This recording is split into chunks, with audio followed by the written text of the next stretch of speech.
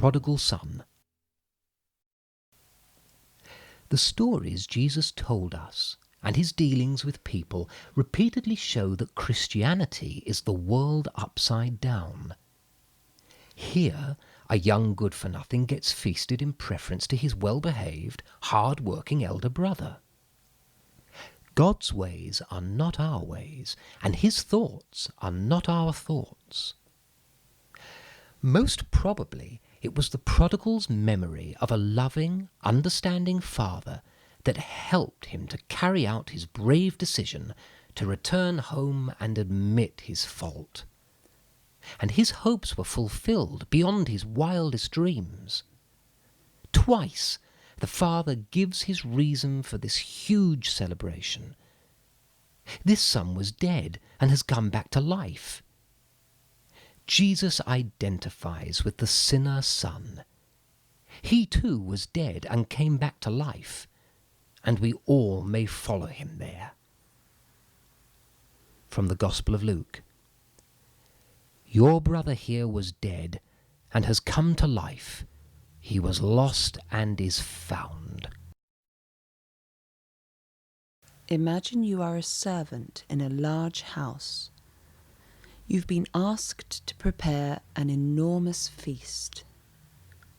Your master's son was lost, and now he is found.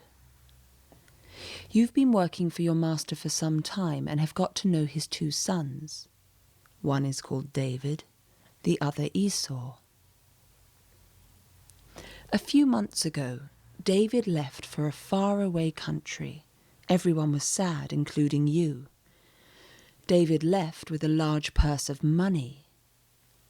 Your master seemed upset and stopped talking. But today, everything has changed. Your master spotted David a long way off, making his way slowly home. David's clothes were dirty and torn. His feet were cut and bruised, and he had no shoes. Your master couldn't believe his eyes. He ran out to meet him. There they are in front of you now. David keeps his head bowed and doesn't dare look at his father's face.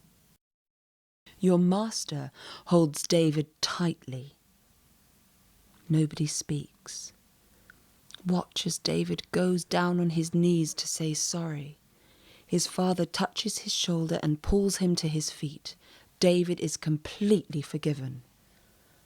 He has wasted his father's money and turned his back on his family, but none of that matters anymore. Watch as David's face begins to change. He knows he is really forgiven. They walk off to begin the celebrations. Esau has been out in the fields and has heard all the commotion. He's very angry. Why is all this fuss being made of his brother? How can you help Esau understand what has happened? Talk to him now and see what happens. Did you persuade him to come to the party? Watch everybody in the room enjoying themselves. Is there anything you want to celebrate?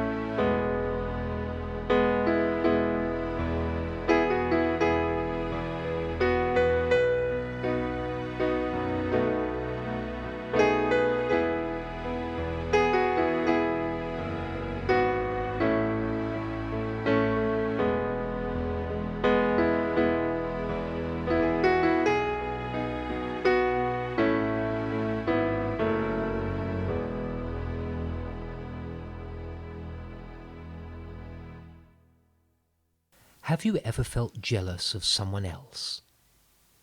When?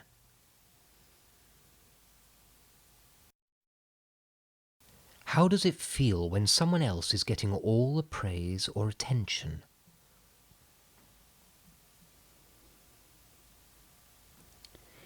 Can you think of a time when somebody hurt you or said something nasty to you?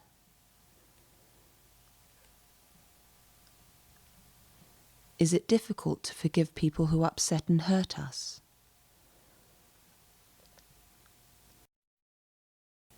How do we know that God will always forgive us? Are you ready to forgive the people who have hurt you